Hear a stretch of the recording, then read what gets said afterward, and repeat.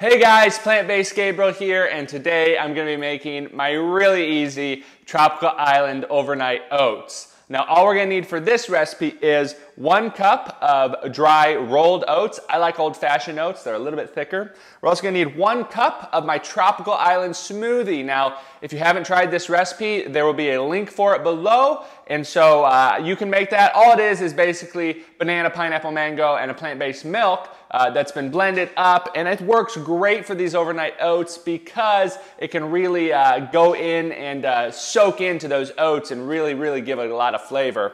And we're also going to just need a good refrigerator safe dish that we can store it in while it is making in the fridge. So I'm going to bring you guys in here and we're going to get started on this recipe.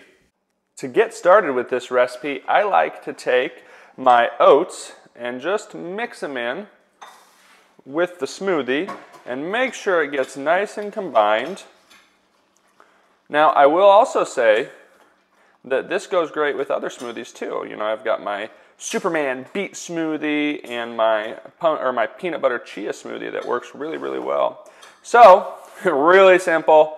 We're going to put this on in there and we are going to store that in the fridge for roughly overnight. You know, they're called overnight oats, but 8 hours will do it. But once those are done, we'll be back and I'll show you what the final product looks like.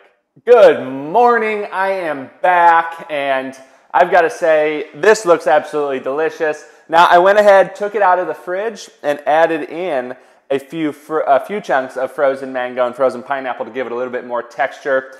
You can go ahead and add a little bit more sweetness to this if you like. I find that this is more than enough sweetness and just a fantastic flavor.